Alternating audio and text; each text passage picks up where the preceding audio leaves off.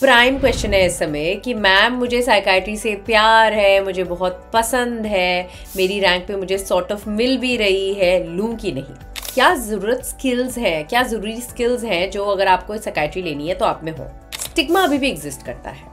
Yes, the society still feels that psychiatrists are only पागलों का doctor. I don't like this term at all.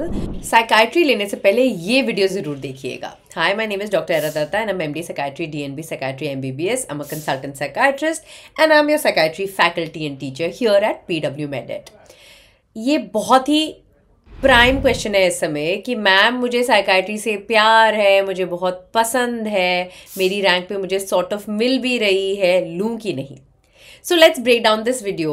We'll keep it to the point. We'll keep it crisp. We'll answer all your FAQs that you usually have, all about psychiatry practice and psychiatry residency in India. शुरू करते हैं। तो पहला hot सवाल, MD psychiatry versus DNB psychiatry. क्या फ़र्क है? Yes or no? Well, the answer is not that simple. While MD psychiatry is great to have, but DNB psychiatry gets almost the same respect in most places.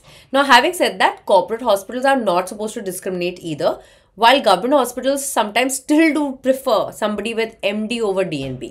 तो इतनी सी बात मैं बताना चाहूँगी कि अगर आपको MD मिल रहा है सही जगह पे ले लो, बट कुछ DNB psychiatry institutes really premier हैं जो कि बहुत ही अच्छे हैं, जहाँ पे सच्ची में साइकाइट्री को, क्योंकि वो DNB इंस्टीट्यूट है तो हेड टू टो आपको मैनेज करने को मिलता है, तो they may be your preferred choice as well.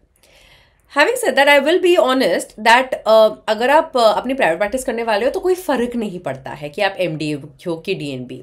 Yes, अगर आपने MD कर ली है तो जैसे मैंने अपनी MD के बाद DNB का एग्जाम दे दिया था, that is another way of having an added degree.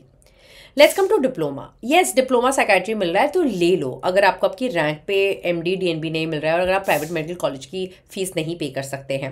So take diploma. After diploma, you can again go for DNB secondary, or you can even realize that Tier 2-3 cities में diploma के साथ बहुत अच्छी practice हो सकती है। A corporate hospital may not want to take you if you have only a diploma in psychiatry.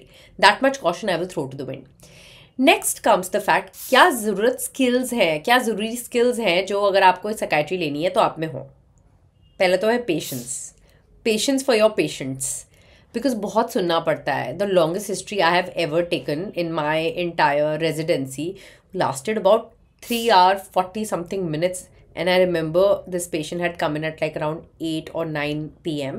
and I had to take the history for so long because you cannot dismiss the patient and you have to learn the patients to listen to the patients. So patience बहुत ही ज़रूरत है, और अगर नहीं है तो develop करनी पड़ेगी, ठीक है। Empathy की बहुत ज़रूरी है, उसी के साथ साथ communication skills बहुत ज़रूरी है। Communication doesn't only mean that you need to talk, it also means that you need to get the patient to talk to you. It's okay, कुछ सिखाई जाएंगी, कुछ इन्नेट होती हैं, तो दोनों ही ज़रूरत है। Let me also break down the cons of psychiatry. Stigma अभी भी एग्जिस्ट करता है। Yes, the society still feels that psychiatrists are only पागलों का doctor. I don't like this term at all.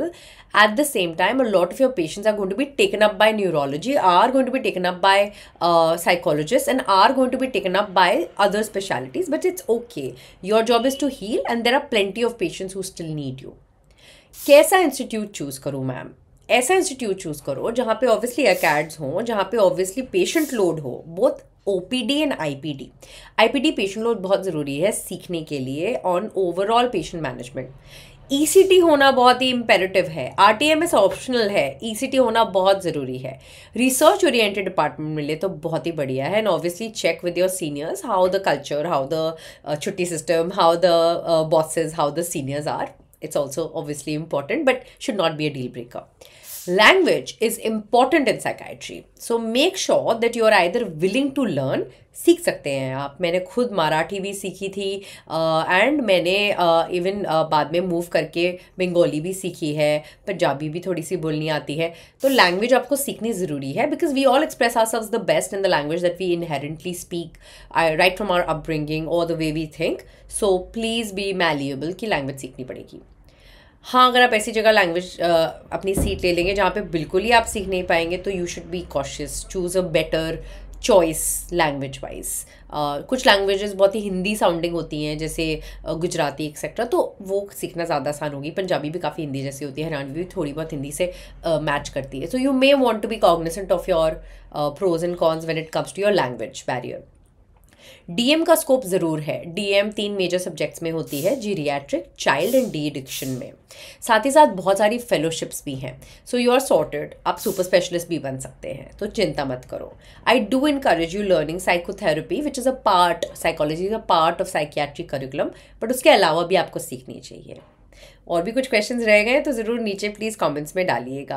I want you to know that psychiatry is for those who want to make a difference, treat people as humans and not just patients, treat problems not just which are physically visible but also emotionally felt. You will be doing a noble job indeed. There is a huge scope for psychiatry in the future. It is on a boom. It will continue to. Unfortunately, mental health burden is only increasing in the world, and that's why we need you to join us psychiatrists. And welcome to the club. See you. My name is Dr. Anadatta.